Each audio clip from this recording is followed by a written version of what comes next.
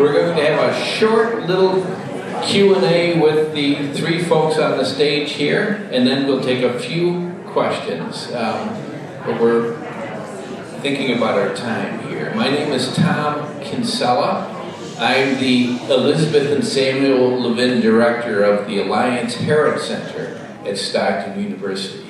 What the Alliance Heritage Center is hoping to do is preserve as much of the history of this wonderful Alliance colony and successive generations that you've just seen, and then to tell the stories. Susan Donnelly, the director here, makes this very easy because she's telling the stories. Seeing the documentary, Susan, again, it makes me realize how much of this is a community and a family story. What are you trying to tell folks who are not part of the family, or who are not from South Jersey, or who are not farmers? Which is a lot of people when you combine all this together.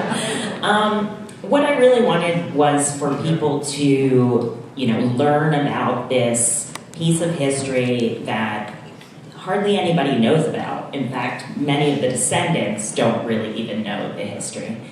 But it's a history that's important. And like many of the stories that we hear of the Jewish people, this story encapsulates, perseverance and hard work and community. And it's a story that I think, people should know about. Great.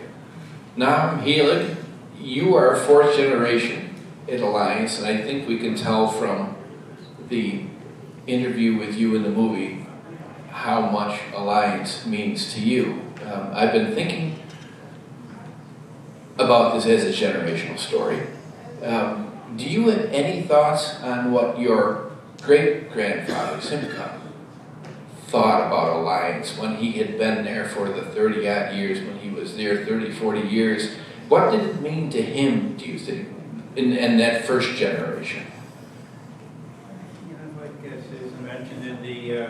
Susan mentioned in the film, he was one of the 42, 43 that came. He could be a free Jew. He practiced his religion. He was a very devout Jew.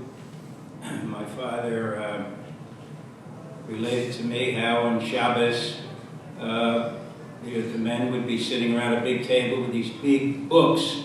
Well, they were all learning from the Gemara. And after my grandfather, after his wife passed away in 1929, in 1930, he went to Eretz Yisrael, which was an extremely unusual feat. He lived out his life there. We have letters from him, and he talks to his grandson Isaac through these letters, and he tells him, I hope you're making a living. You work very hard. How is the sweet potato crop, etc.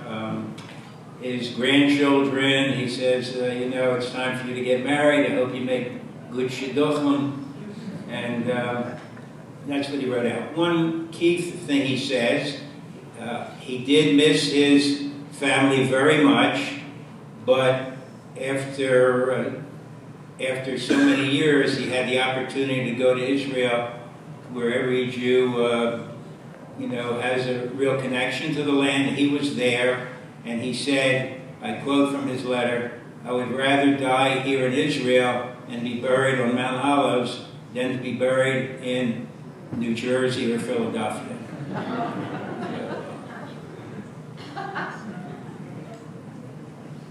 Can I just interrupt for 1 second? I know they probably don't need introduction, but I do just want to say this is Nachum, Helig, and William Levin from the film, and we have a whole bunch of other descendants.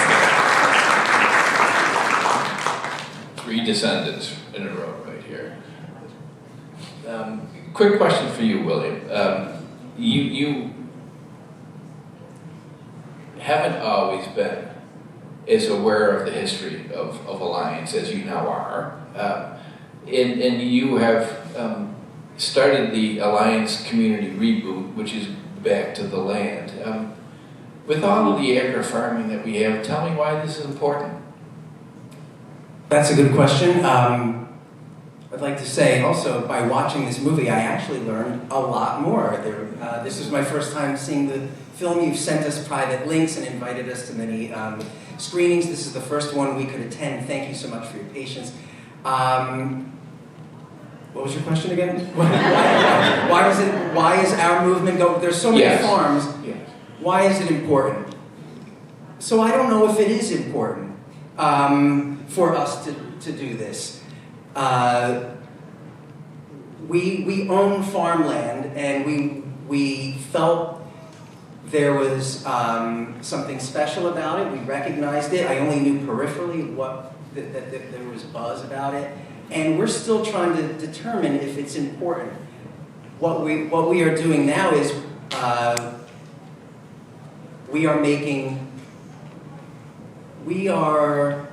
Molly, my wife is here. Is what we're doing important? No. This is actually a question I struggle with often because we are going broke, having a farm, and there's a reason people sell their farms. It's expensive to have it. So but other people did. No, I'll let you in on a secret. My grandfather was interviewed extensively for Harry Levin for other historical documentation on the Alliance Colony. And I had a very romantic image that he held on to the farm because it was important and that there was something that he needed to do and keep a tradition. But then when I asked other family members, well, I'm inheriting 1/3 of this land, it was obviously important to do something. They said, no, it was an investment. It lasted that long because they wanted to finally get something out of the land that was more than just novel and Jews on farmland. I'm not saying it's not important. I'm just saying I haven't figured out yet exactly what it is we will do that is so important. We are working in Philadelphia now with creating a community-supported agriculture with black farmers, our neighbors who live just down the street in what is Rotmanville, and they are farming our land, and with the help of philanthropists, we're bringing fresh produce here to Philadelphia. Is that important? I guess it is in one way. Thank you, thank you. So we're building bridges. Hopefully this will turn into something even bigger. It's still a journey, as Judaism is for many of us. We're still figuring out what's important about it. Thank you. Make me think. I think we are going to take some questions from the crowd, if you have any. Yes, thank you very much. It was interesting. And I wanted to understand, did the gap, it seems like there was a gap in my mind between the 43 families that came, cut down the pine trees, mowed the ground, planted, and then the 500 descendants had said that there was this growth.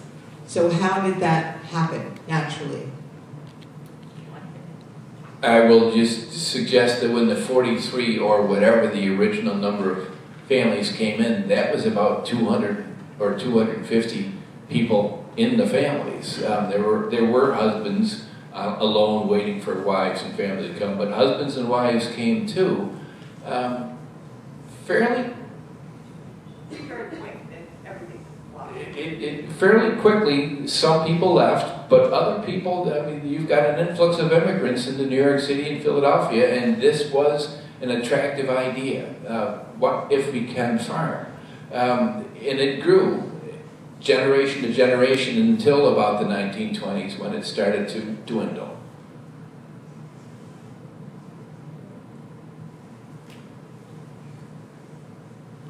My question is for Nachum. What did your grandfather do when he went to Israel? What did he take up farming? My great-grandfather, his name was Simcha Kadosh Helig. He went as an elderly man. I'm estimating he was about 80 years old, and he spent the rest of his life in a what we call a kollel with other retired men. He writes letters, and he gets up at 4 o'clock in the morning, he learns Mishnayos, and then he learns Gemara, and then at daybreak they pray the morning Shacharis prayer, and his life was based around learning, studying the Talmud, reviewing what he did all his whole life, and this time, the last 4 years of his life, he devoted to brushing up on his learning. And I'd say it's a wonderful story we have here that Susan has done. One very sad part of this story is that so many people from our original group have thrown their Yiddishkeit in the, like my aunt said, they threw it off the cliff, threw their tefillin in the ocean when they got off the boat, and that was the end. That's the sad part. That we need more of us to come back to those roots, as well as what William is doing with the hands-on agriculture. But the spiritual part is also a major part of our existence. That's why we survive. We might have anything else, but we always had the Torah and that learning. That's what kept us alive. Thank you for sharing your story with us. We've got time for perhaps another 2 questions.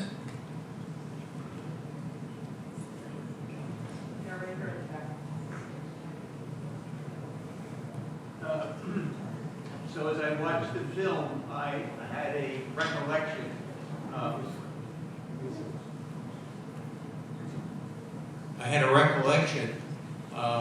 I have an aunt, or had an aunt, who was married to one of the Hirsches who had the hotel.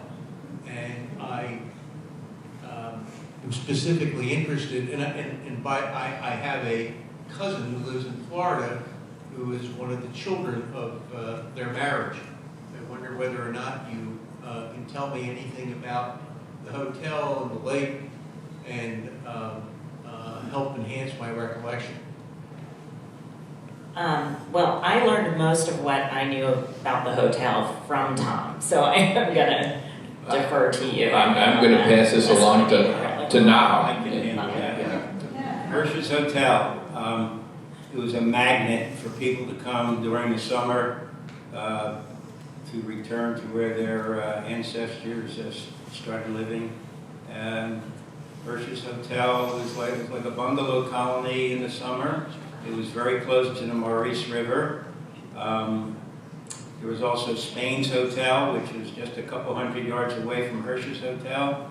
What I remember as a young kid, in the 1950s, Hirsch's became very modernized. They put in an indoor pool. And that was a novelty then. But I went to school with some of the Hirsch girls. Their father that I remember was Meyer Hirsch, and he had 2 daughters who I went to school with. One was Linda, and I forget the name of the other daughter. But they were about the same age, probably were 80 years old. Linda and her sister. Was her sister's name Iris? Yes, you're right. Yes. We made the kesher here.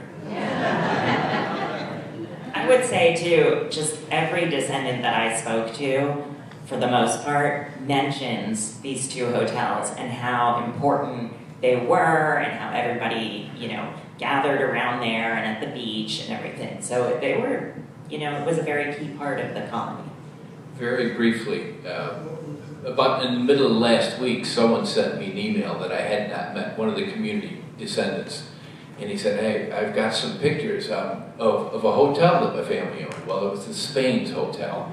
And about another 24 pictures of the swimming area along the river with the bridges and the people and the hundreds of happy Alliance summertime people. There was another hotel near Rainbow Lake. I forget the name of that. Finkel's Farm. Which one? Finkel's Farm. Finkel's. Yeah. People love the country. I stole the farm 2 years ago, but I still go back at least once a month to find something to do, drive by the property. I'm told we have time for one more question. I actually have two quick questions. One is, what are your plans to distribute this, and when and how will that happen? And the second quick question is, will there be English subtitles for hearing impaired people? So let me take the second one first. Yes, we will have subtitles. I'm doing still a few small re-edits, and as soon as we're done with that, we'll have the subtitles made. So yes, in the future. And as far as how I'm planning to distribute this, right now what I'm in the process of doing is entering film festivals like this, and hopefully gaining spots in them to, show around the country. I'm also actively setting up individual private organization screenings, as well as even smaller ones like, a synagogue that would like to screen. So, as I am kind of a one-person show, I am always looking for help and suggestions. So if anybody out there, has an idea of a place that, really might be interested in this, or if you feel like, you're a part of an organization that may want to show it, please contact me. I would love to be in touch. And there were some flyers, I think, when you came in upstairs where you checked in, that have a little bit more information about how to kind of help with that, and if you're interested in helping to sponsor the rest. Thanks. I'm told our time is limited up here, so let's thank Susan one more time.